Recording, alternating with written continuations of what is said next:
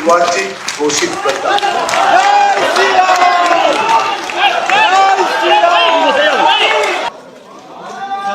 এটা হতে পারে।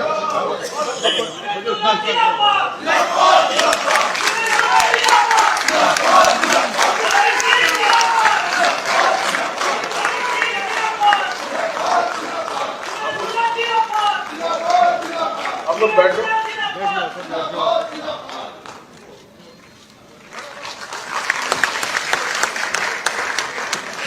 আমাদের উড়িষ্যা শের আমাদের মোহন মাঝিজি সংবর্ধনা করলেন।